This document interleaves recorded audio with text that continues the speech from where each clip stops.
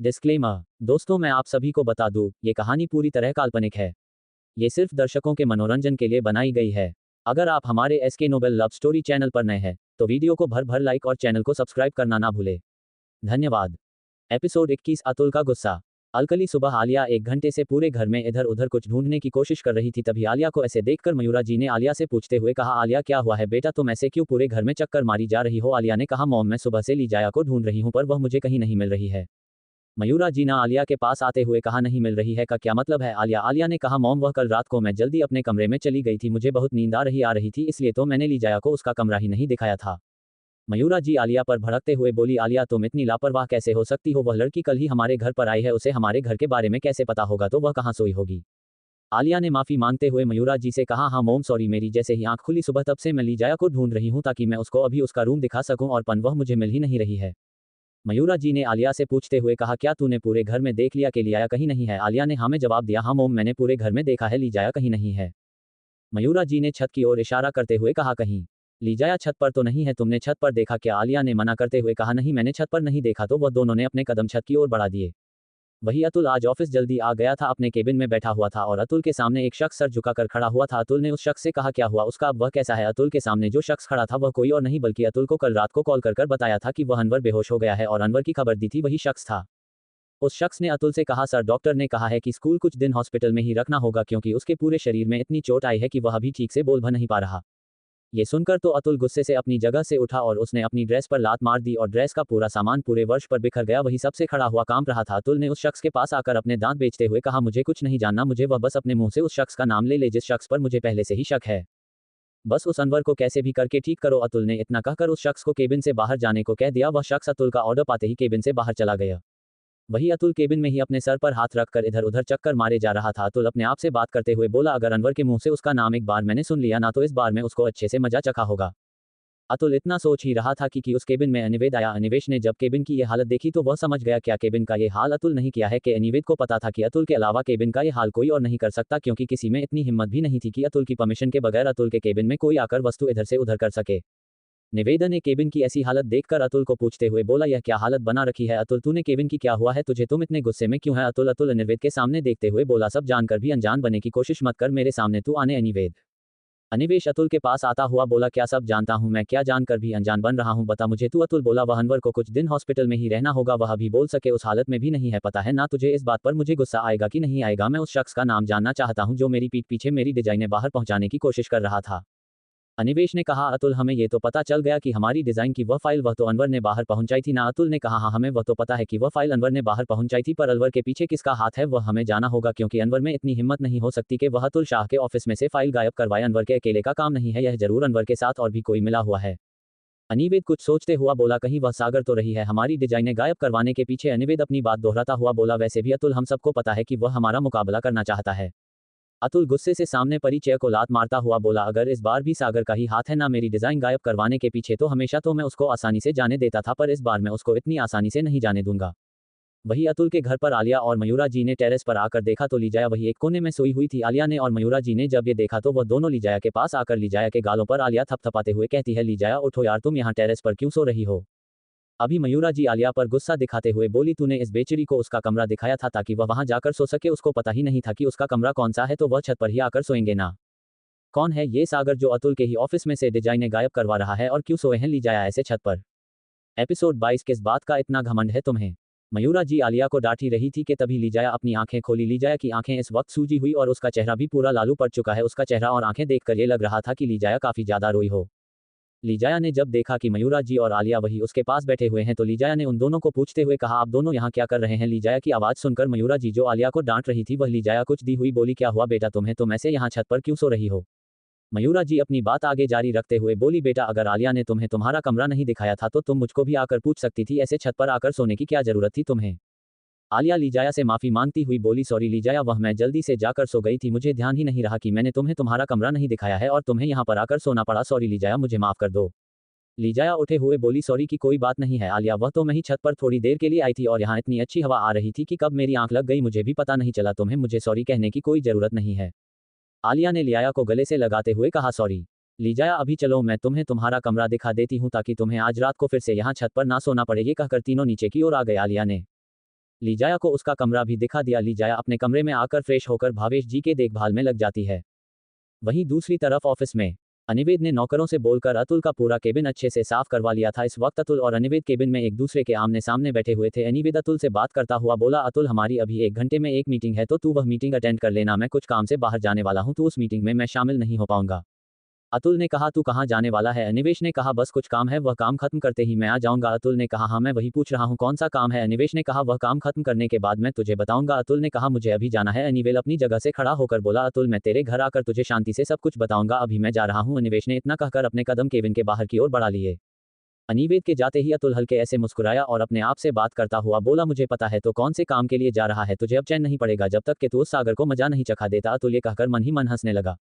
तभी अतुल के केबिन में उसकी मैनेजर ऋतु आकर बोली, सर मीटिंग की सारी तैयारी हो चुकी है और हमारे सभी क्लाइंट भी आ चुके हैं, वह सब क्लाइंट आपका इंतजार कर रहे हैं सर।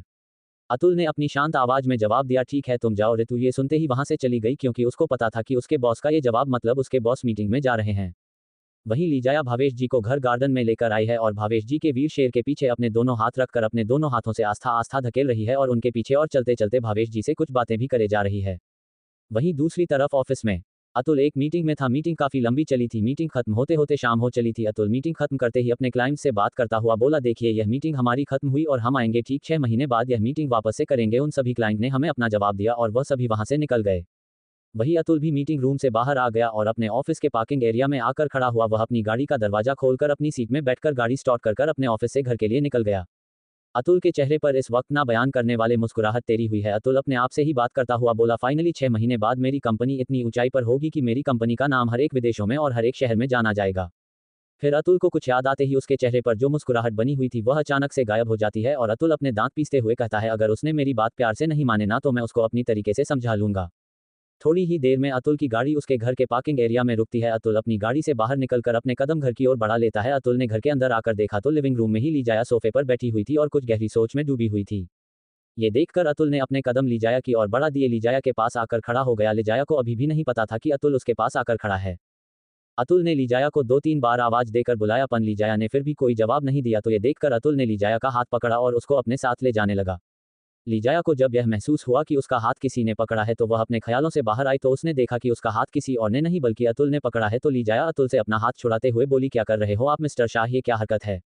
पर अतुल ने ये सब सुनकर भी अपने कदम नहीं रुके और लीजाया को अपने साथ ही ले जाने लगा। अतुल ने अपनी कमरे में आकर लीजाया का हाथ एक झटके से छोड़ दिया। अतुल ने बिना वक्त गवाए लीजाया से कहा, क्या फैसला लिया है तुमने? मैंने कल रात को तुम्हें झूठ कहा था, उसका क्या फैसला लिया है तुम्हें? लीजाया कुछ जवाब दिए बगैर ही कमरे से बाहर जाने लगी। तो अतुल ने ये देखकर लीजाया का हाथ पकड़ा और उसको दीवार से लगा दिया। इस वक्त अतुल लीजाया के बेहद करीब था। अतुल अपने दांत पिसता हुआ बोला, मैंने तुमसे जवाब पूछा है कि तुमने मेरी बात का क्या फैसला लिया है और तुम अपनी अकड़ दिखा रही हो, मुझे जवाब दिए बगैर ही यहाँ से जा रही थी। आखिर कौन सी बात का इतना कमल है तुम्हें? लीजाया अतुल को अपने से दूर करती हुए बोली, पहले तो आप मुझसे दूर है जितना हो सके उतना, और रही बात वह जवाब देने की तो कल रात को ही मैंने आपको मेरा जवाब सुना दिया था। एपिसोड 23, लियाया की आंखें नम। वही अतुल को बिल्कुल भी पसंद नहीं था कि कोई उसकी नज़र से नज़र मिलाकर बात करें और लीजाया फिर अतुल के सामने उसकी नापसंद वाला काम ही करती थी। लीजाया ठीक अतुल के नज़र से नज़र मिलाकर ही अतुल की बात ना मानने का साफ साफ इनकार कर रही थी। अतुल ने लीजाया को और टाइट पकड़ते हुए अपने अंदाज में कहा, वैसे तो अतुल किसी की इजाजत मांगने वालों में से नहीं है, फिर भी मैंने तुम्हें एक मौका दिया कि तुम तुम्हारी बात रख सको, उसका तुम बहुत ज्यादा फायदा उठा रही हो। तुम शुक्र मानो कि मैंने तुम्हें एक मौका दिया तुम्हारी बात रखने का, वरना अतुल किसी को मौका नहीं देता अपनी बात कहने का। लीजाया को अतुल की आंखों में देखकर अब एक डर सा लगने लगा था। लीजाया अपना डर जाहिर नहीं करती, वह अपने दोनों हथेलियों से अतुल को दूर करने की नाकाम कोशिशें कर रही थी और लीजाया के दूर करने से भी अतुल अपनी जगह से टस से मस नहीं हो रहा था, बल्कि लीजाया जितना उसको दूर करने की कोशिश करती थी उतना ही अतुल उसको मजबूती से पकड़े जा रहा था। अतुल की इतनी मजबूती से पकड़ने की वजह से लीजाया को अब दर्द महसूस होने लगा था, क्योंकि अतुल ने अपने शरीर का पूरा दबाव लीजाया डाला हुआ था। इसकी वजह से अब लीजाया को अपने पूरे शरीर पर दर्द महसूस होने लगा था। लीजाया की इस बार आंखें नम हो गई और वह अपना दर्द जाहिर करते हुए कहती है, मिस्टर सा प्लीज मुझे छोड़ दीजिए, मुझे दर्द हो रहा है। अतुल ने लीजाया की आंखों में देखा तो लीजाया की आंखें हल्की हल्की आंसुओं से भरी हुई थी। जिलाया अपने आंसुओं को रोक रही थी। अतुल ने जब ये देखा तो उसने लीजाया को छोड़ दिया और लीजाया की तरफ पीठ दिखाकर खड़ा हो गया। अतुल को खुद को भी नहीं मालूम था कि वह लीजाया के आंखों में आंसू देखकर उसे क्यों तकलीफ महसूस हुई। वह तकलीफ महसूस करते ही अतुल ने लीजाया को छोड़ दिया। अतुल ने गुस्से से अपना कोट उतारकर बेड पर फेंक दिया और उसने अपने गले से भी टाई निकालकर फर्श पर फेंक दें। अतुल ने बेचैनी से अपने शर्ट के ऊपर के हिस्से के 2 बटन भी खोल दिए। अतुल बिना लीजाया के तरफ देखे हुए इस बार अपनी शांत आवाज में कहता है, देखो मैंने तुम्हें जो ऑफर दी है उसमें मेरी अकेले का नहीं तुम्हारा भी उतना ही % फायदा है। अतुल ये कहकर लीजाया की जवाब का इंतजार करने लगा। जो अतुल को लीजाया की आवाज नहीं आई तो उसने पीछे मुड़कर देखा तो लीजाया वहां नहीं थी। ये देखकर तो अतुल का गुस्सा और भी 7वें आसमान पर पहुंच चुका था और उसने टेबल पर पानी से भरा हुआ जग उठाकर फर्श पर जोर से दे मारा। वह जगह कहीं टुकड़ों में तब्दील हो गया। वही लीजाया अतुल के छोड़ते ही भागते हुए अपने कमरे के अंदर आ जाती है और अपने कमरे में आकर दरवाजा बंद कर लेती है। लीजाया वही दरवाजे से टेक लगाकर लंबी लंबी सांसें भरने लगती है। लीजाया का पूरा चेहरा पसीने से भीगा हुआ था। लीजाया वही दरवाजे से पीठ लगाकर फर्श पर बैठ जाती है और अपने दोनों हाथों से अपने पैर पकड़ लेती है और पैरों के बीच में अपना सर छुपाकर फूट फूट कर रोने लगती है। लीजाया रोते हुए अपने आप से कहती है, अगर मैं मजबूर ना होती, ना तुम्हें इसके घर पर 1 मिनट के लिए भी ना रुकती, पर मेरी मजबूरियां मेरा पीछा ही नहीं छोड़ती। मैं क्या करूं भगवान, मैं क्या करूं। इतना कहते हुए लीजाया अपनी जगह से उठी और उसने अपना बैग खोलकर अपने पापा का फोटो बाहर निकालकर अपने सीने से लगा दिया। और वह फोटो को सीने से लगाकर ही रोते हुए बोली, पापा एक बार मैं आपका सारा कर्ज चुका लूं, फिर मुझे इस दुनिया में नहीं रहना है। मैं सिर्फ एक बार में इस कर्ज से मुक्त हो जाऊं, फिर मैं इस दुनिया में रहेंगे ही नहीं। लीजाया ने अपने पापा का फोटो अपने सीने से दूर करती है और फोटो को देखते हुए कहती है, पापा बस एक जिम्मेदारी जो आपने मुझे दी थी वह मुझे निभाने है। लीजाया इतना ही बोल रही थी कि बाहर से आलिया ने लीजाया के कमरे का दरवाजा खटखटाते हुए कहा, लीजाया क्या तुम अंदर हो। लीजाया ने अपने आंसू पूछो और अपने पापा की तस्वीर पैक में वापस से रख दी और वह अपने आप को संभालते हुए वहां से उठे और दरवाजे तक आ गई। दरवाजा खोलने से पहले लीजाया ने अपने पूरे चेहरे को अच्छे से साफ कर लिया और फिर दरवाजा खोल दिया। दरवाजा खुलते ही आलिया ने अंदर आते हुए कहा, चलो मॉम तुम्हें खाना खाने के लिए बुला रही है। आलिया ने पहले तो लीजाया का चेहरा नहीं देखा था। जब उसकी नजर लीजाया के चेहरे पर पड़ी तो वह लीजाया को पूछते हुए कहती है, लीजाया क्या तुम रोई है अभी। लीजाया अपने दोनों हाथों से अपना चेहरा पूछते हुए घबराते हुए कहती है, नहीं तो आलिया तुम्हें ऐसा लग रहा होगा, मैं क्यों रहूंगी भला। लीजाया आलिया की तरफ पीठ दिखाते हुए खड़ी हो जाती है। वैसे तो आलिया लीजाया को कुछ ज्यादा नहीं जानती थी, पर आलिया को इतना मालूम था कि एक लड़की जब झूठ बोलती है तो वह किसी से नजर नहीं मिला सकती, जैसे कि अभी लीजाया आलिया से नजर नहीं मिला। वैसे आलिया लीजाया ठीक पीछे आकर खड़ी हो जाती है और लीजाया के कंधे पर हाथ रखते हुए कहती है, लीजाया देखो मैं तुम्हें ज्यादा तो नहीं जानती, पर मैं तुम्हें देखकर इतना तो कह सकती हूँ, तुम अभी अभी रोए हो। अगर तुम नहीं बताना चाहती तो कोई बात नहीं है, बट तुम अपने दिल की बात किसी से शेयर करो ताकि तुम्हारा मन हल्का हो सके। लीजाया अपने आंसू पूछकर और अपने चेहरे पर अपने दोनों हाथ फिरती है आलिया की और पलटते हुए आलिया से कहती है, नहीं आलिया ऐसी कोई बात नहीं है, और वैसे भी अगर कोई बात हुई ना तो मैं तुमसे शेयर जरूर करूंगी, क्योंकि अब तुम मेरी बहुत अच्छी दोस्त बन चुकी हो। ये सुनकर आलिया खुश हो गई और उसने खुशी खुशी लीजाया को अपने गले से लगा लिया। लीजाया ने भी आलिया को अपने गले से लगा लिया। लीजाया आलिया को अपने गले से लगाते हैं। अपने मन में ही आलिया से माफी मांगते हुए कहती है, सॉरी आलिया तुम एक बहुत अच्छी लड़की हो, पर मैं तुम्हें अपने दिल की बात नहीं कह सकती। Sorry Alia, I am sorry. यह कहते वक्त लीजाया के आंखों से एक आंसू गिरकर उसके गालों पर लुढ़क जाता है। Untitled chapter. लीजाया और आलिया एक दूसरे के गले से लगे होते हैं। वह दोनों एक दूसरे से दूर होकर खाना खाने के लिए नीचे डाइनिंग टेबल के पास आ जाते हैं। डाइनिंग टेबल की चेयर पर वह दोनों आकर बैठ जाते हैं। मयूरा जी लीजाया के प्लेट में खाना निकालते हुए लीजाया से कहती है, देखो बेटा तुमने कल भी खाना नहीं खाया था और आज दोपहर को भी तुमने ठीक से खाना नहीं खाया है, तो ये पूरा खाना फिनिश्ड करना। वह खाने की तरफ इशारा करते हुए कहती है। अपने लिए इतनी फिक्र देखकर लीजाया की आंखें आंसुओं से भर जाती है। वह बार बार अपने पलके झपकाकर उन आंसुओं को बाहर आने से रोकने की कोशिश कर रही थी। मयूरा जी ने लीजाया की नम आंखें भी देख ली थी। मयूरा जी लीजाया के बाजू में रखी हुए चेहरे पर बैठते हैं और लीजाया के कंधे पर हाथ रखते हुए कहते हैं, लीजाया तुम्हारी आंखें नम क्यों हो गई और तुम्हारी आंखें भी कुछ सूजी हुई सी लग रही है। मयूरा जी ने लीजाया की आंखों को देखते हुए कहती है। लीजाया ने अपनी नम आंखों से मयूरा जी से कहा, वह तो आंटी अपने लिए किसी के मुंह से इतनी फिक्र सुनकर मेरी हल्की सी आंख भर आई, क्योंकि मेरी आज तक किसी ने इतनी फिक्र नहीं की। मयूरा जी ने ये सुनकर लीजाया को पूछते हुए कहा, तो क्या तुम्हारी माँ नहीं है बेटा। माँ शब्द सुनकर लीजाया के चेहरे पर उदासी छा गई। लीजाया के चेहरे की उदासी देखकर आलिया और मयूरा जी समझ गई कि लीजाया की माँ नहीं है, तो मयूरा जी ने लीजाया से माफी मांगते हुए कहती है, सॉरी बेटा मुझे माफ कर दो, मुझे नहीं पता था। मयूरा जी इतना ही बोल रही थी कि लीजाया ने उनको बीच में ही रखते हुए कहा, नहीं आंटी आप माफी मत मांगो, आपको थोड़ी ना पता है कि मेरी माँ नहीं है। लीजाया अपनी बात आगे जारी रखते हुए कहती है, आंटी जब मैं 2 साल की थी तभी मेरी माँ ये दुनिया छोड़कर चली गई थी, तब से मुझे मेरे पापा नहीं पाला था और मेरे पापा भी अभी मेरे साथ नहीं है, वह भी मुझे छोड़कर चले गए। ये कहती वक्त लीजाया की आंखों से आंसू गिरने लगे। मयूरा जी और आलिया लीजाया को ऐसे रोता हुआ देखकर वह भी बहुत उदास हो जाते हैं। फिर भी आलिया लीजाया का मूड ठीक करने के लिए अपनी जगह से उठती है और लीजाया के कंधे पर हाथ रखते हुए कहती है, अरे लीजाया आंटी और अंकल तुम्हें ऐसे रोता हुआ देखेगा तो वह तुम्हारे सपने में आकर कहेंगे कि रो रो कर तुमने तुम्हारा खूबसूरत चेहरा बंदर की तरह कर दिया है। लीजाया ये सुनकर हल्के से मुस्कुराए और आलिया ने अपने दोनों हाथों से लिजाया के आंसू पूछते हुए कहा, बस ऐसे ही हंसते रहा करो, तुम हंसते हुए बहुत प्यारी लगती हो। लीजाया और आलिया और मयूरा जी वह तीनों हंसते हुए खाना खाने लगे। खाना खाने के बाद वह तीनों लिविंग रूम में ही एक सोफे के ऊपर बैठकर वह तीनों कुछ तस्वीरें देखने लगे। लीजाया मयूरा जी को एक तस्वीर दिखाते हुए कहती है, आंटी यह बच्चा कौन है जिसने कपड़े भी नहीं पहने हैं और बिना कपड़ों के खड़ा है। लीजाया अपनी बात आगे कहती हुई बोली, आंटी कुछ भी कहे पर यह बच्चा बहुत क्यूट लग रहा है। मयूरा जी ने लीजाया के हाथों से वह तस्वीर लेकर उस तस्वीर को देखते हुए कहती है, अरे ये तो अतुल है। अतुल का नाम सुनते ही लीजाया के चेहरे पर उदासी छा जाते हैं। मयूरा जी अपनी बात दोहराते हुए कहती है, ये जब अतुल 5 साल का था तब की तस्वीर है, बहुत ही क्यूट बेटा है मेरा। लीजाया क्यूट शब्द सुनकर अपने मन में ही बात करते हुए कहती है, ये राक्षस आंटी को किस एंगल से क्यूट लग रहा है। फिर वह खुद को ही जवाब देते हुए कहते हैं, हाँ आंटी ने उसका राक्षस जैसा गुस्सा नहीं देखा ना, इसलिए आंटी इस राक्षस को क्यूट कह रही है। अगर आंटी भी उस राक्षस का गुस्से वाला चेहरा देख लेना तो आंटी तो क्यूट शब्द भूल ही जाएंगे। तो फिर अपने मन में ही खुद को ही मना करते हुए कहती है, नहीं नहीं आंटी, अपने बेटे का राक्षस जैसा चेहरा नहीं देखे तो अच्छा है, वरना आंटी अपने ही बेटे से भक्ति गिरेगी, जैसे मैं भाग रही हूँ उससे वह भी डर के। लीजाया अपने मन में ये सब सोच ही रही थी कि तभी अतुल लिविंग रूम में आकर लीजाया के ठीक सामने वाले सोफे पर आकर बैठता है। अतुल ने जब आलिया को कॉफ लाने को कहा तभी लीजाया अपने ख्यालों से बाहर आई। उसने देखा कि अतुल ठीक उसके सामने वाले ही सोफे पर बैठा है तो वह वहां से उठकर जाने लगी। तभी मयूरा जी ने उसको रोकते हुए कहा, अरे बेटा कहाँ जा रहे हो।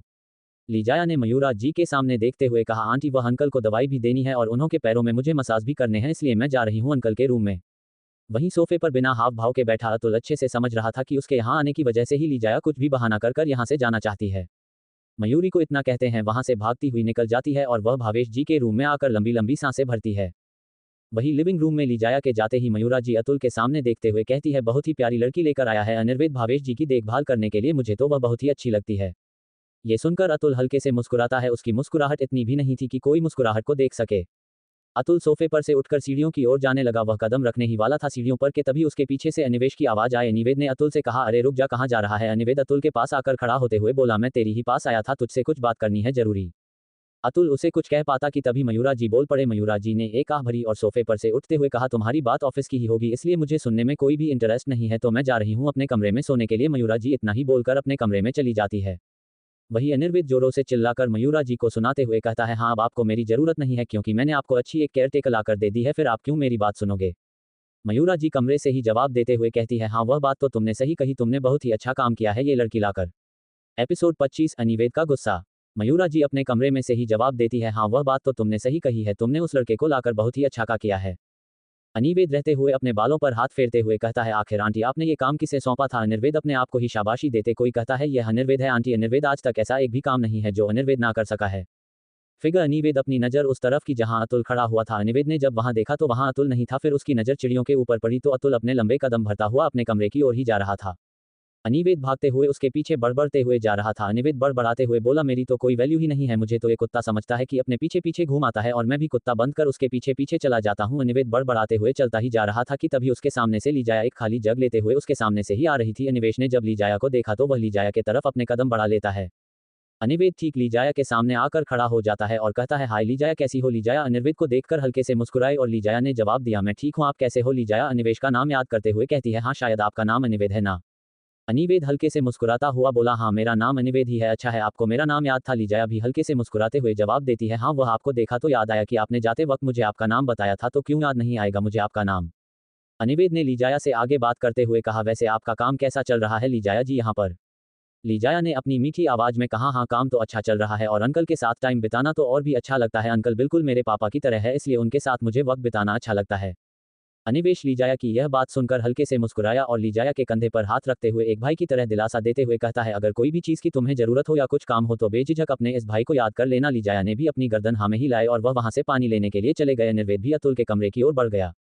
अतुल का रूम वही। अतुल अपने बेटों के सामने एक सोफा रखा था, उस पर बैठा हुआ था और लैपटॉप पर कुछ काम कर रहा था। कीबोर्ड पर उसकी अंगुलियां इतनी तेजी से चल रही थी कि कीबोर्ड का आवाज भी साफ साफ सुनाई दे रहा था कि अतुल कितनी जल्दबाजी में लैपटॉप पर काम कर रहा है। तब तक अनिवेद भी अतुल के कमरे में आ चुका था। अनिर्वेद वही बेड पर बेदर्दी से लड़ता हुआ कहता है, हरी अतुल मैं तुझसे यहाँ बात करने के लिए आया हूँ और तू यहाँ लैपटॉप पर अपनी उंगलियां चला रहा है। यार थोड़ी देर लैपटॉप बंद कर दे ताकि मैं तुझसे जरूरी बात कर सकूं। अतुल लैपटॉप पर ही अपनी नजर टिकाए हुए जवाब देता है, बात कानों से सुनने जाती है हाथों से नहीं, और तू ज्यादा बकवास मत कर और काम की बात क्या है वह बता। अनिर्वेद बेड से उठकर अतुल के पास आ गया। वही अतुल की साइड में सोफे पर बैठते हुए कहता है, देखो अतुल तुमने आज तक मुझसे कोई भी बात नहीं छुपाई है। अतुल अपने लैपटॉप से नजर हटाकर एक नजर अनिर्वेद को देखता है और फिर से अपनी नजर लैपटॉप पर टिकाते हुए ना समझे से अनिर्वेद को पूछते हुए कहता है, तू कहना क्या चाहता है। अनिर्वेद साफ साफ बता, तुझे पता है ना ऐसी गोल गोल बातें घुमाना या सुनना मुझे बिल्कुल भी पसंद नहीं है। अनिवेश ने कहा, तुझे पता है अतुल की मैं क्या कहना चाहता हूँ और किस बारे में तुझसे बात करना चाहता हूँ, तो ज्यादा अनजान बनने की कोशिश मत कर तू मेरे सामने। अतुल ने बिना अनिर्वेद के सामने देखे हुए जवाब दिया, तो किस बारे में बात करना चाहता है और क्या जानना चाहता है, मुझे कुछ नहीं पता, तो यही अच्छा रहेगा कि तू मुझे डायरेक्टली बता दे। अनिर्वेद को अब अतुल पर गुस्सा सा आने लगा था कि अतुल उससे ठीक तरह से बात ही नहीं कर रहा था। ये देखकर अनिर्वेद अपनी जगह से खड़ा हो गया और अतुल का लैपटॉप लेकर बंद कर लैपटॉप को बेड पर फेंक दिया। वही अतुल अपनी जगह पर शांति ही बैठा हुआ था। ये सब होने के बाद भी अतुल ने अपने पेड़ के ऊपर एक पेड़ चढ़ाकर अपने दोनों हाथ सोफे पर फैला दिए। ये सब करके तो अतुल ने अनिवेश के गुस्से को और भी हवा दे दी थी। अनिवेद इस बार ऊंची आवाज में बोला और साफ साफ शब्दों में बात करता हुआ कहता है, मैं लीजाया के बारे में बात कर रहा हूं कि तूने उस लड़की को यहाँ 8 महीने रखने का कॉन्ट्रैक्ट मुझे साइन करवाने का क्यों कहा था। अतुल सोफे पर से उठकर अपने दोनों हाथ जेब में डालता है और अनिवेद से अपनी शांत आवाज में कहता है, अनिवेश इतना गुस्सा करने की कोई जरूरत नहीं है। अतुल अनिवेद के कंधे पर हाथ रखता है और आगे बात जारी रखते हुए कहता है, तुझे क्या तेरे दोस्तों पर यकीन नहीं है? तब भी मैंने तुझे कहा था कि मैं तुझे वक्त आने पर सब कुछ बता दूंगा कि यह सब मैं क्यों कर रहा हूं, और इसलिए तो तुझे बार बार मुझसे वह बात करने की कोई जरूरत नहीं है। अनिवेश अनिवेश अतुल का हाथ अपने कंधे से हटाते हुए कहता है, अतुल क्यों तू मुझे कुछ बताना नहीं चाहता कि उस लड़की को तूने 8 महीने का कॉन्ट्रैक्ट क्यों दिया है? आखिर क्या वजह है उसके पीछे? क्या अतुल बताएगा लीजाया को यहाँ रखने के पीछे का राज? अनिवेद को अनटाइटल्ड चैप्टर। अनिवेद अतुल के सामने देखते हुए नाराजगी जाहिर करते हुए कहता है, ठीक है अतुल, अगर तुम्हें मुझे इस बारे में कुछ नहीं बताना तो अब मैं तुझसे वह सवाल नहीं करूंगा, इनफैक्ट मैं तुझसे बात ही नहीं करूंगा। अनिवेद इतना कहकर अपने दोनों पर फर्श पर पटकते हुए वहां से जाने लगा। वह दरवाजे तक पहुंचा ही था कि तभी पीछे से अतुल की कड़क आवाज आई। अतुल ने कहा, इतना ड्रामा करने की कोई जरूरत नहीं है। अनिवेद ने अतुल की आवाज सुनकर अपने कदम वही रोक दिए थे। अनिवेद अपने मन में ही बात करते हुए कहता है, शुक्र है कि इस राक्षस ने मुझे रोक लिया, वरना मुझे तो लगा था कि मेरा ये ड्रामा काम नहीं करेगा। अनिवेद अपने ख्याल से बाहर आकर अपने आप को ही कंधे पर थपथपाते हुए कहता है, न्यू ड्रामा काम नहीं करता, अनिवेद ने किया है ये ड्रामा तो जरूर सफल तो होना ही था। वहीं दूसरी तरफ लीजाया पानी लेकर भावेश जी के कमरे में आ गई थी। भावेश जी को उसने दवाई खिलाई और भावेश जी को बेड पर लेटा दिया और वह खुद भावेश जी के पैरों के पास बैठकर भावेश जी के पैरों की मालिश करने लगी। आज लीजाया कुछ भी नहीं बोल रही थी। आज वह खामोशी से भावेश जी के पैरों में मालिश ही करे जा रही थी। आज वह कुछ खोए खोए से लग रही थी। लीजाया के हाथ भावेश जी के पैरों में मालिश करे जा रहे थे और वह अपने मन में ही बात करती हूँ अपने आप से कहती है, मुझे अब पता चला कि मिस्टर शाह ने मुझसे 8 महीने का कॉन्ट्रैक्ट क्यों साइन करवाया। मुझे वह कॉन्ट्रैक्ट साइन करना ही नहीं चाहिए था। वह खुद को ही जवाब देते हुए कहती है, अच्छा चलो साइन तो कर दिया, पर एक बार उससे पढ़ना तू चाहिए था। लीजाया अपनी बात आगे जारी रखते हुए अपने आप से ही कहती है, अब मैं क्या करूंगी? 8 महीनों तक कैसे मिस्टर शाह से भक्ति फिरंगी? मुझे तो उन्हों के सामने जाने से भी डर लगता है। हे भगवान, कैसे भी मेरी 8 महीने गुजर जाए यहाँ पर। दरअसल लीजाया उस कॉन्ट्रैक्ट की बात कर रही थी कि जब अनिर्वेद शुभ लीजाया घर पैसे लेकर आया था तब उसने लीजाया से एक कॉन्ट्रैक्ट साइन करवाया था। दरअसल उस कॉन्ट्रैक्ट में ये लिखा हुआ था कि 8 महीने जब तक खत्म नहीं होते तब तक लीजाया यहाँ से मतलब अतुल के घर से जा नहीं सकती और अपनी जॉब भी अधूरी छोड़कर कॉन्ट्रैक्ट कैंसिल नहीं कर सकती। तब लीजाया ने उस ट्रक को पड़े बगैर ही उस पर साइन कर दिया था। लीजाया सब सोच रहे थे कि तभी उसके फोन की रिंग बजी। रिंग की आवाज सुनते ही लीजाया अपने ख्यालों से बाहर आई। उसने अपने फोन की तरफ देखा तो स्क्रीन पर रघु नाम फश कर रहा था। फोन में रघु का नाम देखते ही लीजाया गुस्से में आ गई और लीजाया ने भावेश जी के पैरों को बेड पर आराम से रख दिए और वह बेड से उठकर फोन अपना लेकर बाहर के और चली जाती है। फोन रिसीव करते ही सामने से रघु की आवाज आती है। रघु ने कहा, मैं कल सुबह आने वाला हूं, तो तुम पैसे तैयार रखना। लीजाया अपनी उखड़ी हुई आवाज में जवाब देती है, हाँ पैसे तैयार है, सुबह मैं आपको आकर दे जाऊंगी। तभी रघु ने कहा, तुम्हें आने की कोई जरूरत नहीं है, मैं खुद तुम्हारे घर पर आकर पैसे ले जाऊंगा। लीजाया ने मना कर देते हुए कहा, कोई जरूरत नहीं है मेरे घर पर आकर पैसे ले जाने की, मैं खुद आकर आपको पैसे दे जाऊंगी। रघु लीजाया की ऐसी जुबानी देखकर हैरान था और रघु अपनी लालच भरी आवाज में बोला, अच्छा कुछ पैसे आते ही तुम्हारी जुबान ही बदल गई, पर तुम्हें याद है ना कि तुम्हें मुझे कितना पैसा देना है? उसका आधा भी पैसा मैं नहीं लूंगा, मैं अपने पूरे पैसे ही तुमसे वसूल करूंगा, समझी तुम? लीजाया जो छत की चींटियां चल रही थी वह रघु के पूरे पैसे देने की बात सुनकर अपने कदम सीढ़ियों पर ही रोक लेती है और रघु से अपनी धीमी आवाज में कहती है, देखो रघु, मैंने तुम्हें अभी तक बहुत सारा ब्याज दे चुकी हूं, तो तुम उसके बदले कुछ कम पैसे लोगे तो कुछ हो नहीं जाएगा। लीजाया उससे आगे कुछ बोल पाते उससे पहले रघु ही बोल पड़ा। रघु ने कहा, सुनो लीजाया, तुम्हें मेरा पूरा ही पैसा देना होगा, उससे एक पैसा भी मैं कम नहीं लूंगा तुमसे, समझी तुम? अगर तुम ऐसा सोच रही हूं कि तुम आधा पैसा लेकर आओगे और मुझे समझाओगी तो वह बात नहीं बनेगी, मैं अपना पूरा पैसा लेकर ही मानूंगा। लियाया ने रघु के पूरे पैसे देने की बात सुनकर पहले तो उसने अपनी नजर चारों ओर घुमाकर देखा कि कोई उसे बातें सोनिया देख तो नहीं रहा। उसने देखा कि वहां कोई भी नहीं है तो उसने अपने कदम छत के ऊपर के और पड़ लिए। छत पर आकर उसने रघु से अपनी शांत आवाज में कहा, ठीक है रघु, अगर तुम्हें तुम्हारा पूरा ही पैसा लेना है तो कल मैं तुम्हें तुम्हारा पूरा पैसा नहीं दे पाऊंगी, मैं कल तुम्हें आधा ही पैसे दे पाऊंगी और जो बाकी का पैसा है होगा ना तुम्हारा, वह मैं तुम्हें थोड़ा थोड़ा कर चुकाऊंगा। मंजूर है तो बोलो, क्योंकि मेरे पास इतना ही पैसा है। लीजाया ने ये सब शांत ही रहकर कहा था, पर उसने अपनी पूरी बात साफ साफ शब्दों में रघु से कह दी थी। रघु ने लीजाया की बातों पर हामी मिला दी और उसको मिलने के लिए एड्रेस भी बता दिया। हालांकि लीजाया रघु के बताए हुए एड्रेस पर जाना तो नहीं चाहती थी, पर लीजाया अब इस रघु नाम की मुसीबत से जल्द छुटकारा पाना चाहती थी। इसलिए लीजाया ने बिना सोचे ही रघु को हाँ कह दिया था। रघु ने फोन रखते हुए कहा, ठीक है तो सुबह मैंने तुम्हें जो एड्रेस दिया है वहां वक्त पर पहुंच जाना। लीजाया ने भी हमें जवाब देकर फोन तुरंत ही कट कर दिया, क्योंकि वह अब रघु से और बात करना नहीं चाहती थी। वही फोन कट होते ही रघु ने अपने फोन की तरफ देखकर एक जरेली हंसी हंसते हुए बोलता है, हाय मेरी प्यारी लीजाया, कल मुझसे मिलने आने वाली है, बट कल के बाद उसकी पूरी लाइफ ही चेंज हो जाएगी, क्योंकि मैंने कल के लिए अभी एक सोलो प्लेन सोच लिया है। अपने आप से इतनी बात कर रघु ने अपने फोन से किसी को कॉल लगाया और सामने वाले से कुछ कहने लगा। सामने वाले ने रघु की पूरी बात सुनकर रघु से कहा, भाई आप बिल्कुल फिक्र मत करिए, आपने जो जो काम मुझे कहा है वह सब मैं टाइम से कर दूंगा। आखिर क्या प्लान किया है रघु ने लीजाया के खिलाफ? Untitled chapter. वही लीजाया छत पर चहारदीवारी से टेक लगाकर खड़ी हुई थी। लीजाया आसमान की ओर देख रही थी। आसमान में टिमटिमाते हुए तारे, वह रोशनी फिरने वाला चांद, वह ठंडी हवाएं लीजाया को एक सुकून सा दे रहे थे जो वह काफी टाइम से महसूस नहीं कर रही थे। लीजाया अपनी नज़र आसमान से हटाकर नीचे की ओर देखते हुए अपने आप से धीमी आवाज में कहती है, बस यहाँ 8 महीने खत्म होते ही मैं अपने लिए दूसरी जॉब खोज लूंगी और फिर मैं थोड़े थोड़े कर सबके पैसे चुका दूंगी। फिर लास्ट में मैं पापा का वह आखिरी काम करूंगी। वह आखिरी काम खत्म होते ही मैं अपनी लाइफ आगे जीना नहीं चाहती। लीजाया ये सब सोच रहे थे कि तभी घर के लिविंग रूम में से काफी सारा शोर सुनाई दिया। उस आवाज से लीजाया अपने ख्यालों से बाहर आए और वह अपने आप से बोली, लगता है कोई घर पर आया हुआ है, तभी इतना सारा सोच सुनाई दे रहा है। ये बोलते वक्त लीजाया अपने कदम लिविंग रूम की ओर बढ़ा देती है। लिविंग रूम में आकर लीजाया ने देखा कि आलिया के पास काफी सारी लड़कियां बैठी हुई है और वह सभी एक दूसरे से हंस हंस कर बातें कर रहे हैं कि तभी आलिया की नजर लीजाया पर पड़ती है और आलिया लीजाया को अपने पास बुलाते हुए कहती है, अरे लीजाया वहां क्यों खड़ी हो, तुम यहाँ आओ। लीजाया ने अपने कदम आलिया की ओर बढ़ लिए। आलिया ने लीजाया का हाथ पकड़कर अपने बगल में बिठाते हुए उन लड़कियों से कहा, देखो ये लीजाया मेरी दोस्त। उन सब लड़कियों ने लीजाया से हाथ मिलाया और लीजाया से अच्छा व्यापार जताया। लीजाया को भी उन लड़कों से मिलकर काफी अच्छा लगा। आलिया ने भी उन सब लड़कियों का लीजाया से परिचित करवाया। आलिया की दोस्त में से एक लड़की बोलती है जिसका नाम फिजा है। फिजा ने आलिया की ओर देखते हुए लीजाया की तारीफ करते हुए कहा, आलिया ये तेरी दोस्तों कितनी खूबसूरत है और इसकी स्क्रीन और चेहरा कितना ग्लो कर रहा है और यह कितनी गोरी है।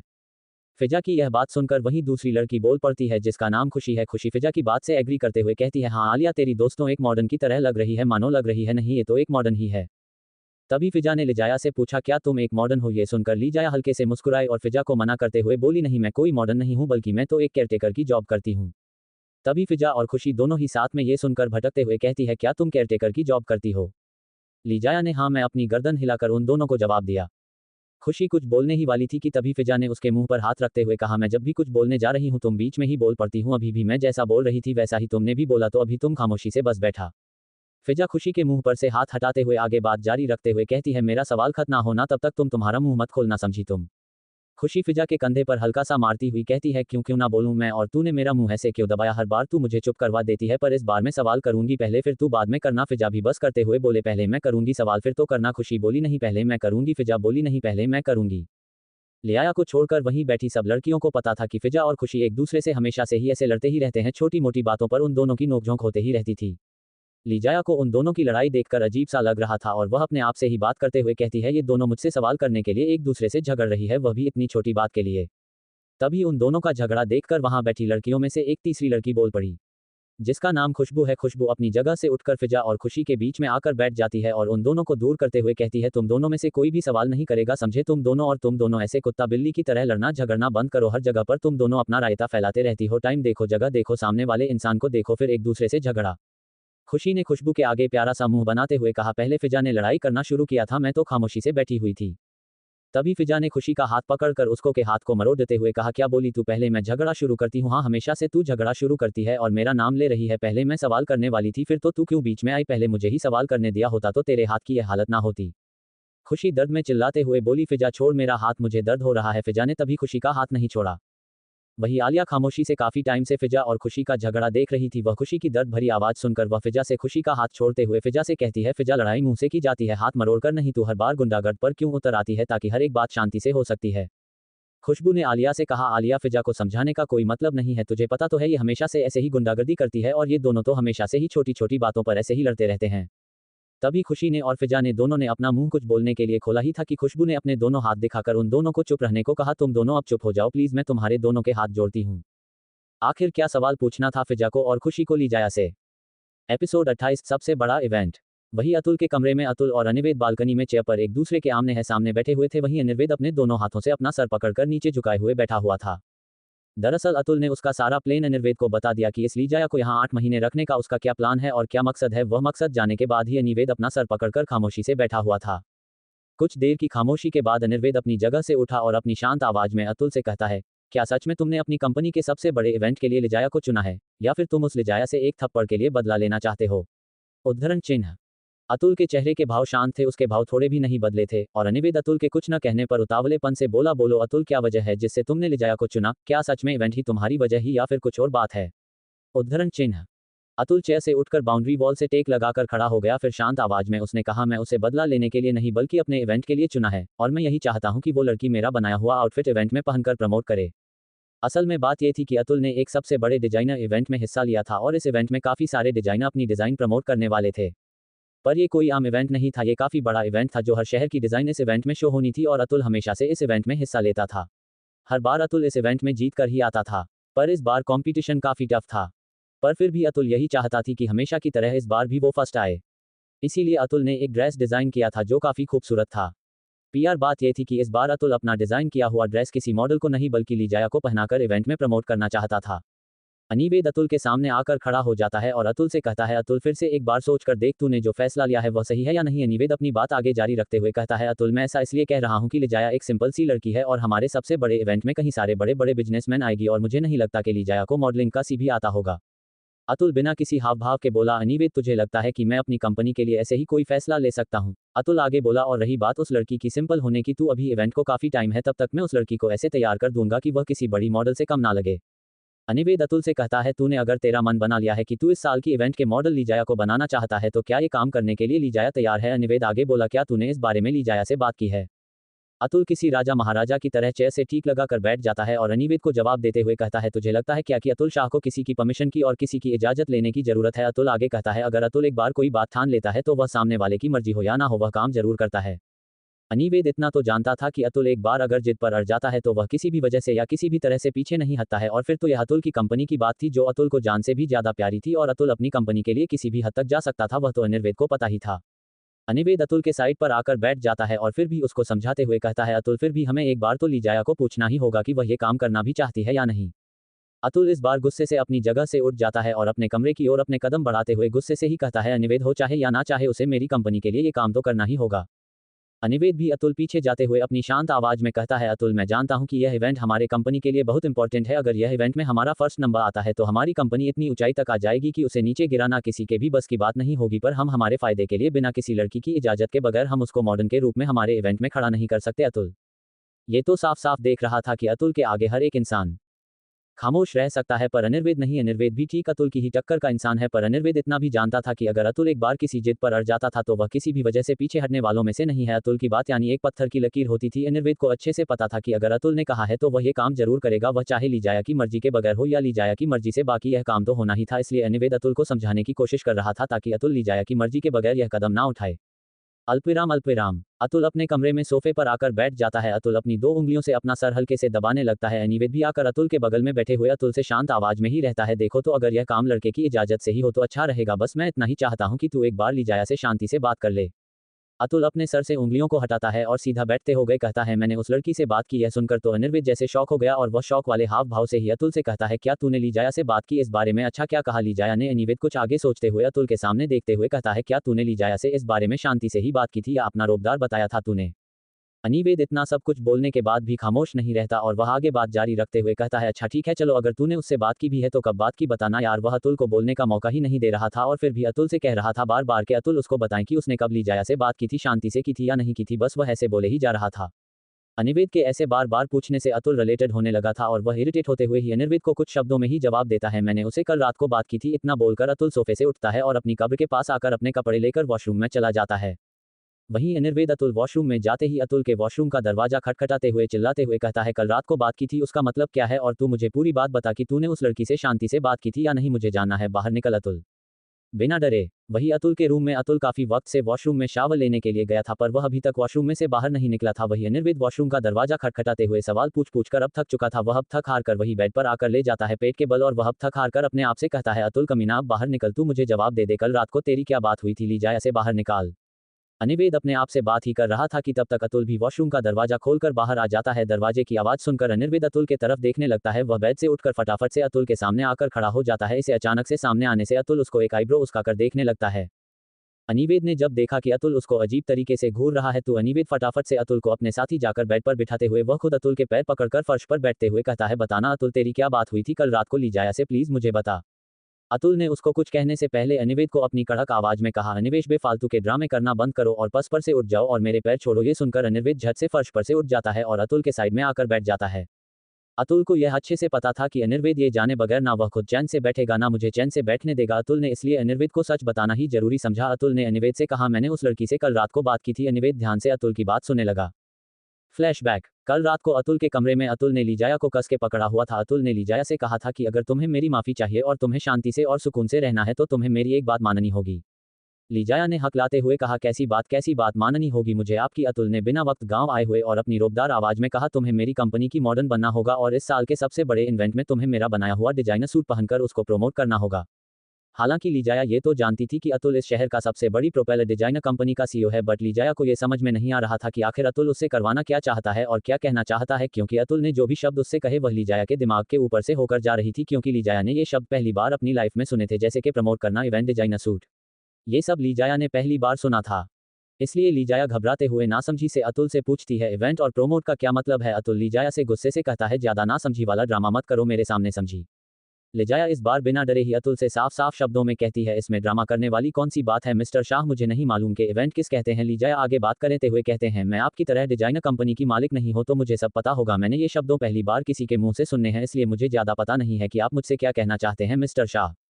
लीजाया इतना बोलकर भी खामोश नहीं रहती और वह आगे कहती है, तो आपके लिए यही अच्छा होगा मिस्टर शाह कि आप मुझे क्लियर बात कहे कि आप इस सेलिंग कहना क्या चाहते हैं। अतुल जो लीजाया के बेहद ही करीब था वह और ज्यादा करीब आ गया और लीजाया को अपनी आंखें दिखाता हुआ बोला, तुम मुझे धमकी दे रही हो।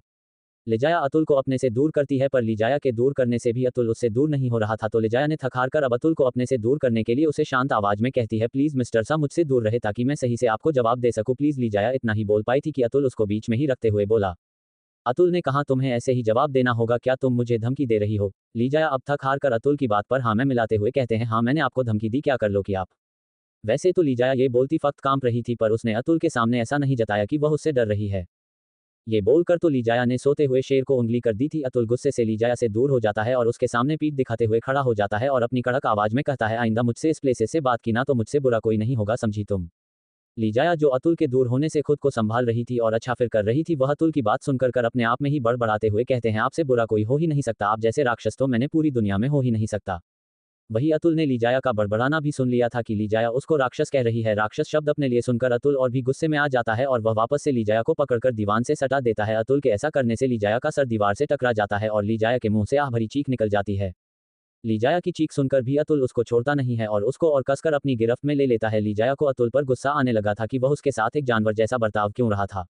अतुल अपना चेहरा लीजाया के करीब ले जाते हुए कहता है, मैं एक जानवर हूं ना तुम्हारी नजरों में, मैं एक राक्षस हूं ना, तो अब तुम देखो कि राक्षस किसे कहते हैं। ये बोलते वक्त अतुल अपना चेहरा लीजाया के चेहरे के करीब ले जाने लगा। लीजाया अब तो ये समझ चुके थे कि अतुल आंखें उसके साथ आगे क्या करेगा, इसलिए लीजाया ने अपना चेहरा दूर करने की कोशिश की, तो अतुल ने अपने एक हाथ से लीजाया का चेहरा अपनी तरफ कर दिया और लीजाया के चेहरे के करीब ले जाते हुए दांत पूछते हुए बोला, तुमने अगर मुझे जानवर का नाम दे ही दिया है तो ये जुल्मों सहने के लिए भी तैयार हो जाओ।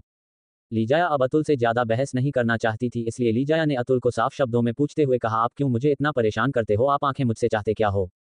अतुल भी अपनी कड़क आवाज में साफ शब्दों में लीजाया से कह देता है, मैं ये चाहता हूं कि तुम मेरी कंपनी की मॉडर्न बनो और मेरे सबसे बड़े इवेंट में पार्टिसिपेट करो। लीजाया इस बार परेशान होते हुए बोली, आपको मैं यही पूछ रही हूं कि यह इवेंट क्या होता है, आप मुझे वह बताएं ताकि मैं समझ पाऊं कि आखिर आप मुझसे करवाना क्या चाहते हैं। मिस्टर सा मुझे सच में नहीं मालूम कि आप मुझसे क्या कहना चाहते हो। एपिसोड 30 गंदे शब्द। अतुल ने साफ साफ शब्दों में अपनी बात लीजाया से कह दी थी कि वह उसकी कंपनी की मॉडर्न बने और उस सबसे बड़े इवेंट में उसका सबसे खूबसूरत डिजाइनर सूट पहनकर उसको वहां प्रमोट करें। लीजाया को अभी तक ये समझ में नहीं आ रहा था कि अतुल आखिर उसे करवाना क्या चाहता है और कहना क्या चाहता है, तो लीजाया ने अतुल को नासमझी से पूछा कि आखिर उसका मतलब क्या है। लीजाया के ऐसे बार बार पूछने से अतुल भी अब इरिटेट होने लगा था और वह भी समझ चुका था कि लीजाया को सच में इवेंट क्या होता है वह नहीं पता, तो अतुल ने लीजाया को शांत रहकर समझाना ही जरूरी समझा। हालांकि अतुल को कोई फर्क नहीं पड़ता था कि लीजाया को ये समझ में आता है या नहीं आता, अतुल को तो सिर्फ अपनी कंपनी के इवेंट की ही पड़ी थी, बस वह किसी भी तरह से वह इवेंट में जितना चाहता था, इससे आगे उसका लीजाया से और कोई मतलब नहीं था। इसलिए अतुल अपने फायदे के लिए ही लीजाया ऐसे शांत आवाज में कहता है। अतुल लीजाया से दूर होते हुए कहता है देखो वैसे तो मैं किसी को समझाना जरूरी नहीं समझता, बट मैं तुम्हें कुछ शब्दों में अपनी तरीके से समझा रहा हूँ। ओके। वही लीजाया अतुल के दूर होते ही लंबी लंबी सांसें भरने लगी, जो अतुल के पास होने से लीजाया ने अपनी सांसें अभी तक रोक रखी थी और लीजाया अतुल की बातें ध्यान से सुनने लगी। अतुल की पीठ इस वक्त लीजाया की तरफ थी। अतुल ने बिना लीजाया की तरफ देखे हुए कहा। अतुल की आवाज भले ही शांति थी, बट उसकी आवाज में उसका पूरा एक यूट्यूब झलक रहा था। अतुल लीजाया को समझाते हुए कहता है, इवेंट का मतलब ये होता है कि वहां मेरी तरह डिजाइनर कंपनी के बड़े बड़े बिजनेसमैन लोग आएंगे और उन लोगों के अलावा भी जो हमारा डिजाइनर ड्रेस खरीदना चाहते हैं वह भी वहां मौजूद होगी। बस तुम्हें सिर्फ इतना करना है कि मेरी कंपनी का डिजाइनर सूट पहनकर तुम्हें स्टेज पर चलकर उसको हम लोगों के सामने प्रमोट करना होगा। पूरी बात करते वक्त अतुल ने एक भी बार लीजाया की तरफ नहीं देखा था, वह तो लीजाया की तरफ पीठ करते हुए लीजाया को समझा रहा था। वहीं लीजाया ठीक अतुल के पीछे ही खड़ी हुई थी। वह जैसे जैसे अतुल की बातें सुन रही थी वैसे वैसे उसको सब समझ में आ रहा था कि आखिर अतुल उससे करवाना क्या चाहता है। वह सब समझ में आते ही लीजाया की आंखें हैरानी से बड़ी हो जाती है कि आखिर इतना बड़ा काम अतुल उससे क्यों करवाना चाहता है। वही लीजाया सब कुछ समझने के बाद अतुल को एक झटके से मना करते हुए कहती है, आप जो काम मुझसे करवाना चाहते हैं मिस्टर सा, सॉरी मैं आपका ये काम नहीं करूंगी। वही लीजाया के मुंह से ना शब्द सुनकर अतुल उसकी तरफ देखता है और अपनी शांत आवाज में ही लीजाया से कहता है, आह तुम हाँ कहो या ना कहो, तुम्हारी मर्जी के बगैर भी यह काम तो तुम्हें ही करना है मेरी कंपनी के लिए। अतुल आगे बात जारी रखते हुए कहता है, और वैसे भी इस काम के लिए मैं तुम्हें इतना पैसा दूंगा कि तुम अपनी सारी जिंदगी भी खर्च करोगी तो भी कम नहीं पड़ेगा, और तुम्हें वैसे भी ऐशा करने का बहुत शौक है ना, तो उन पैसों से आयासिया कर पाओगे और अपनी सारी जरूरतें भी पूरी कर पाओगे। अपने बारे में इतना सब कुछ सुनकर भी लीजाया फिर भी अतुल को सफाई देने की जरूरत नहीं समझती और फिर से मना करते हुए कह देती है, ठीक है अगर आपकी नज़रों में मैं अवश्य ही करती हूँ तो आप ये काम मुझे क्यों दे रहे हैं मिस्टर सा, आप किसी और लड़की को ढूंढकर अपनी कंपनी में ये काम दे दीजिए, मुझे ना आपकी कंपनी में कोई इंटरेस्ट ना ही यह काम में, समझे आप। ठीक है तो कह रही थी लीजाया, आखिर अतुल की नज़रों में लीजाया एक ऐसी ही लड़की है तो अतुल ने अपने कंपनी के लिए लीजाया को क्यों चुना है। और वैसे भी लीजाया अपनी सफाई देना अतुल को इसलिए भी जरूरी नहीं समझती थी कि लीजाया को पता था कि अतुल को जो समझना था वह वही समझता था। हालांकि लीजाया को अतुल से मिले बहुत समय नहीं हुआ, बट लीजाया अतुल को कम समय में भी इतना तो जान चुकी थी कि यह इंसान अपनी ही मनमानी करने वाला इंसान है, उसके आगे ढोल नगाड़े बजाने का कोई भी मतलब नहीं है। वही अतुल के कानों में लीजाया का बोला हुआ एक ही शब्द गूंज रहा था, वह शब्द ये था कि आप अपनी कंपनी के लिए किसी और लड़की को ढूंढ लीजिए। अतुल के कानों में बार बार यही शब्द खोज रहा था, इसलिए अतुल ने गुस्से से लीजाया का हाथ पकड़कर अपनी ओर खींचा। अतुल के ऐसे खींचने से लीजाया उसके सीने से जा लगी। अतुल ने लीजाया की कमर अपने दोनों हाथों से पकड़ ले और अपने दांत बेचते हुए कहा, अतुल शाह को लड़कियां ढूंढने जाने की कोई जरूरत नहीं पड़ती, लड़कियां खुद अतुल के कंपनी में काम करने के लिए तड़पती है, समझे तुम। लीजाया अपने आप को छुड़ाते हुए बोली, छोड़िए आप मुझे, वह अपने आप को छुड़ाते हुए कहते हैं, अगर लड़कियां आपके ऑफिस में काम करने के लिए इतना तड़पती है तो आप उनमें से किसी एक लड़की को चुन लीजिए, आप मेरे पीछे क्यों पड़े हो, मुझे ये काम नहीं करना, मैंने आपको कह दिया सो कह दिया। ये सुनकर अतुल लीजाया को और भी अपने करीब ले आता है। इस वक्त लीजाया और अतुल की सांसें से आपस में टकरा रही थी। जब होटल में भी अतुल ने लीजाया को इतने करीब से देखा था तो अतुल अपना होश खो बैठा था, बस उसी तरह आज भी लीजाना को अपनी इतना करीब देखकर अपना होश खो रहा था। अतुल अपने हाथों से लीजाया के बालों को कानों के पीछे करते हुए लीजाया से अपनी धीमी आवाज में कहता है, तुम्हारी जिद छोड़ दो, क्योंकि तुम्हारे जिद करने से कोई फायदा नहीं होगा, ये काम तो बस मुझे तुमसे ही करवाना है। वही लीजाया अतुल की इतनी धीमी आवाज और इतनी प्यार भरी आवाज सुनकर तो एक बार को तो अतुल में खोने लगी थी कि तभी अतुल के भाव अचानक से गंभीर हो गए और उसने लीजाया से कुछ ऐसा कहा, तुम्हें मेरे सामने अच्छा बनने का दिखावा करने की जरूरत नहीं है, मुझे पता है कि तुम जैसी लड़की पैसों के लिए किसी के साथ बिस्तर में भी सो सकती है और तुम इतना आसान काम करने के लिए मना कर रही हो, बल्कि तुम जैसी लड़कियां तो अपना नंगा शरीर दिखाकर नाच भी दिखा सकती है। वहीं लीजाया जो अतुल में होने ने लगी थी वह अतुल की ऐसी बातें सुनकर अपनी होश में आती है और एक छक्के से अतुल से दूर हो जाती है। अपने बारे में इतने गंदे शब्द सुनकर लीजाया की आंखों में से आंसू बहने लगते हैं। इतना सब कुछ लीजाया के बारे में बोलने के बाद भी अतुल का मन नहीं भरा था, वह और लीजाया को बदनाम करते हुए बोला, और वैसे भी तुम पैसों के लिए ही किसी अजनबी के घर में 8 महीने रहने के लिए तैयार हो गई थी और कॉन्ट्रैक्ट साइन करने से पहले तुमने एडवांस में पैसा भी लिया थे, बस उसी दिन से तुम मेरी नजरों में एक गंदी लड़की बन गई है कि तुम पैसों के लिए कुछ भी कर सकती हो, किसी भी हद तक जा सकती हो। अतुल को एडवांस पैसों का तो अनिवेद ने ही कहा था कि लीजाया को डील फाइनल करने से पहले एडवांस में पैसे चाहती है, बस वही बात सुनकर तो अतुल के दिल में लीजाया के लिए और भी ज्यादा गंदी वाली फीलिंग्स पैदा हो जाती है। हालांकि वह पैसे लीजाया ने एडवांस में इसलिए मांगे थे कि उसको उस रघु को पैसे देने थे, क्योंकि वह रघु जब भी आता था तब उस पर गंदी नजर डालता था, इसलिए लीजाया को अब बर्दाश्त नहीं हो रहा था, इसलिए उसने पैसे लिए थे, ना ही कि अपने शौक पूरे करने के लिए। लीजाया ने ये कर कहाँ कोई गलत काम किया है, अगर लीजाया की जगह कोई और लड़की भी होती तो भी वह यही करती, और लीजाया तो इस मतलबी दुनिया में अकेली रहती थी, उसके साथ कब क्या हो जाए ये कैसे पता चलता, इसलिए ही लीजाया ने रघु नाम के मुसीबत से ऐसे ही छुटकारा पाना सही समझा। वहीं जैसे जैसे लीजाया के कानों में अतुल की बोले हुए शब्द पड़ रहे थे कि वैसे वैसे लीजाया की आंखों से आंसू की धार बह रही थी। लीजाया इतना रो रही थी कि उसका पूरा चेहरा लाल पड़ चुका था, वह ये समझ नहीं पा रही थी कि आखिर यह इंसान उसके बारे में जब देखो तब उसकी जुबान में जो भी आता है वह उसको सुना देता है। आखिर क्यों अतुल लीजाया के बारे में इतने गंदे शब्द बोल रहा है और क्यों है अतुल को लड़कियों से इतनी नफरत। दोस्तों कहानी कैसी लगी हमें कमेंट में आप जरूर बताएं और वीडियो को लाइक करना ना भूले और चैनल को सब्सक्राइब कर ले। धन्यवाद।